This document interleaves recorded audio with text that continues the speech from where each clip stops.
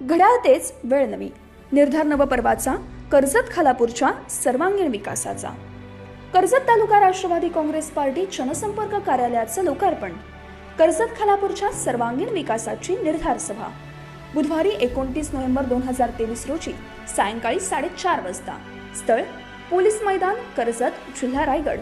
शुभ हस्ते माननीय नामदार श्री अजितदादा पवार साहेब, उपमुख्यमंत्री महाराष्ट्र राज्य.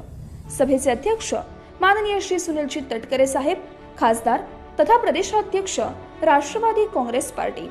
प्रमुख पाहुणे माननीय नामदार श्री धनंजयजी मुंडे, माननीय नामदार कुमारी अदितीताई तटकरे, माननीय सौ रुपालीताई चाकणकर, माननीय श्री सुनील अण्णा शेळके, माननीय श्री अनिकेतजी तटकरे. मोठ्या संख्येने उपस्थित रहा. निमंत्रक राष्ट्रवादी काँग्रेस पार्टी, कर्जत खालापूर विधानसभा मतदारसंघ.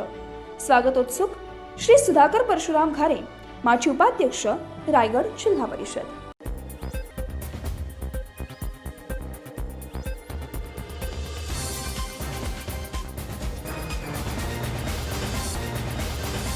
नमस्कार, मी हर्षाली. बातमीपत्रात आपलं स्वागत. नजर टाकूया आजच्या हेडलाईन्सवर. घरफोडी करणाऱ्या पारधी गँगच्या 24 तासात मुसक्या आवळल्या. खोपोली पोलिसांची धडाकेबाज कामगिरी. उद्धव ठाकरेंची रामाधाम वृद्धाश्रमाला भेट, शिवसेना पदाधिकाऱ्यांशी साधला संवाद. विठुरायाच्या गजराने दुमदुमली धाकटी पंढरी, दर्शनासाठी भक्तांची मांदी आली. सासगाव यात्रेला प्रारंभ.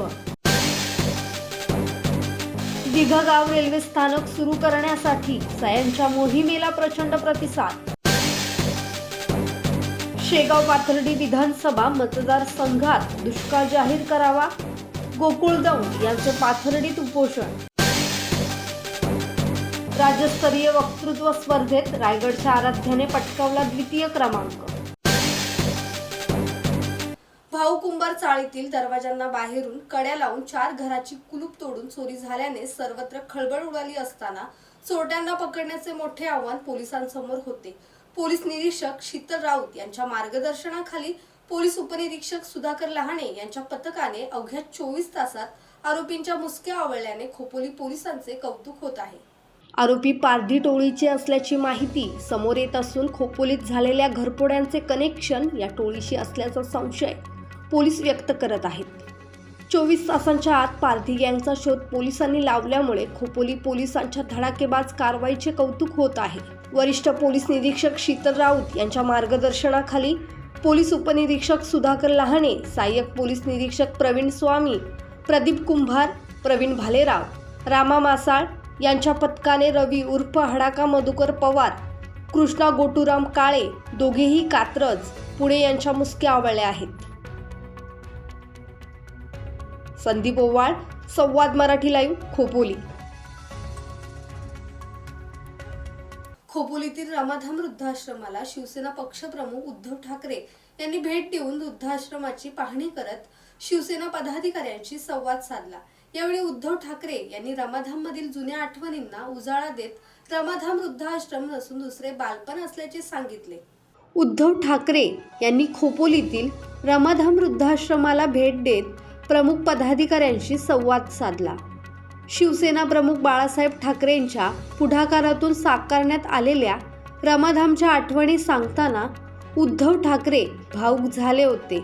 यावेळी चंदूमामा वैद्य, शिवसेना सचिव मिलिंद नार्वेकर, शिवसेना नेते सुभाष देसाई, खासदार राजन विचारे, माजी केंद्रीय मंत्री अनंत गीते, आमदार रवींद्र वायकर, प्रवीण महाले, आदेश बांदेकर, केदार दिघे, शिवसेना नेते आमदार भास्कर जाधव, जिल्हा सल्लागार बबन पाटील, जिल्हा प्रमुख माजी आमदार मनोहर भोईर, संजय मोरे, शिरीष घरत, उत्तर उपजिल्हा प्रमुख नितीन सावंत, खालापूर तालुका प्रमुख एकनाथ पिंगळे, युवा सेना जिल्हा सचिव प्रशांत खांडेकर, तालुका अधिकारी महेश पाटील, संपर्क प्रमुख उमेश गावंड आदींसह शिवसेनेचे प्रमुख पदाधिकारी उपस्थित होते.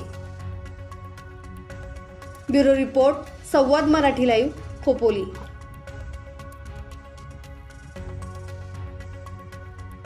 महाराष्ट्रातील वारकऱ्यांचे आराध्य दैवत आणि जगद्गुरू संत तुकाराम महाराज यांच्या पदस्पर्शाने पावन झालेले धाकटी पंढरी म्हणून ओळखले जाणारे विठ्ठल मंदिर कार्तिकी एकादशी निमित्त विठुरायाच्या गजराने दुमदुमून गेले असून विठ्ठल रुक्मिणीच्या महापूजेचा मान विशाल मनोहर थोरवे, विनया विशाल थोरवे यांना मिळाला होता.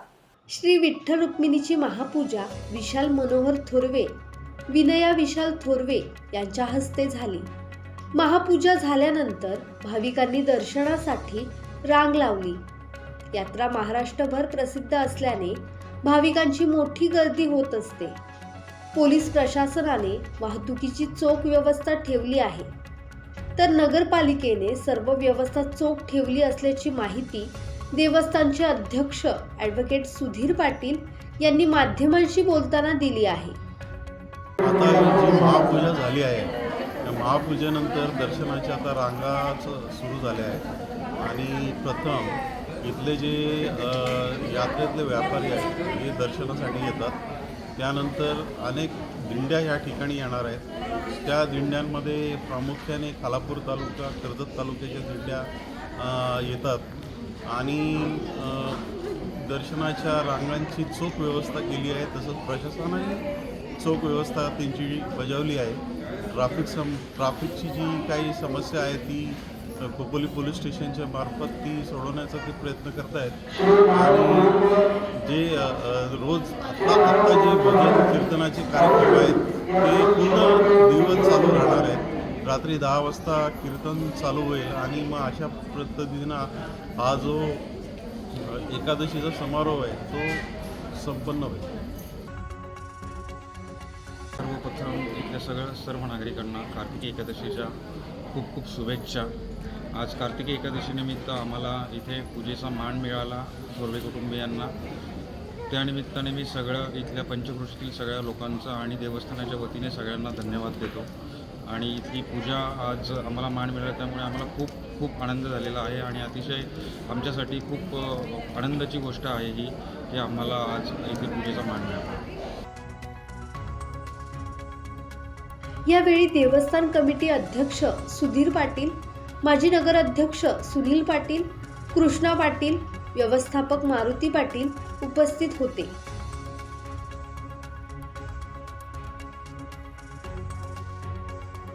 संदीप ओवाळ, संवाद मराठी लाईव्ह, खोपोली.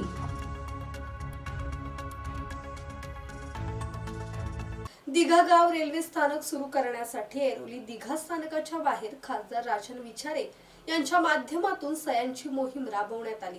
यावेळी असंख्य नागरिकांनी सही करत लवकरात लवकर दिघा गाव स्थानक सुरू करावे अशी मागणी करत संताप व्यक्त केला. दिघा गाव रेल्वे स्थानक सुरू करण्यासाठी खासदार राजन विचारे यांनी रेल्वे मंत्री, रेल्वे राज्यमंत्री आणि पंतप्रधानांकडेही विलंब न लावता तात्काळ सुरू करा अशी मागणी पत्राद्वारे केली असून जनतेच्या प्रश्नासाठी ऐरोली आणि दिघा गाव रेल्वे स्थानकात सह्यांची मोहीम राबवण्यात आली.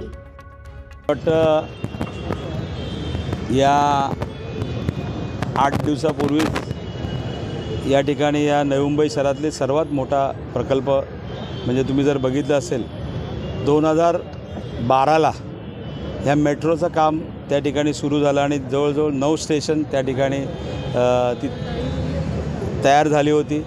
परंतु 1.5 ते 2 वर्षापासून या स्टेशनचा लोकार्पण सोहळा या ठिकाणी आमच्या आदरणीय देशाचे पंतप्रधान नरेंद्र मोदी साहेब असतील किंवा रेल्वे मंत्री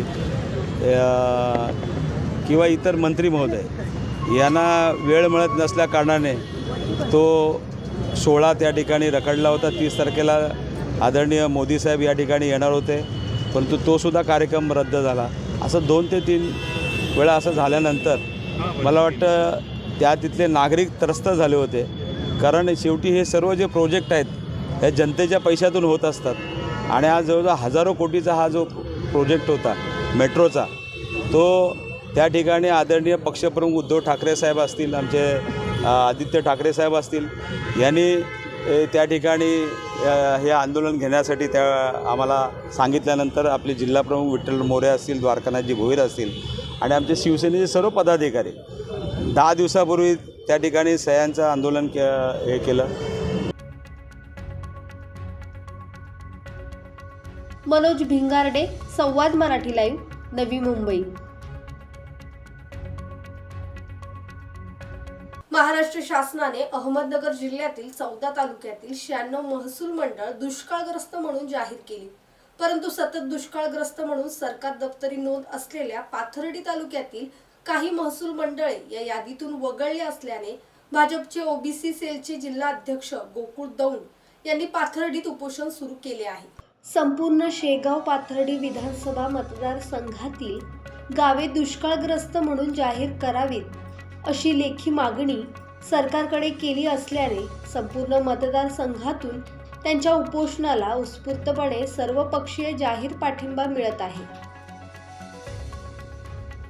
सुनील नजन, संवाद मराठी लाईव्ह, अहमदनगर।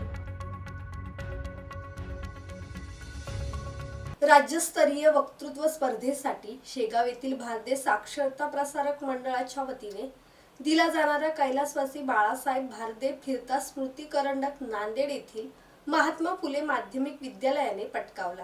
रायगडची आराध्या भगत हिने द्वितीय क्रमांक पटकावला आहे। विजेत्या संघांना संस्थेचे अध्यक्ष माजी प्राचार्य रमेश भारदे, सचिव श्यामसुंदर भारदे, शाळा समिती अध्यक्ष हरीश भारदे, प्राचार्य शिवदास सरोदे यांच्या हस्ते गौरवण्यात आले।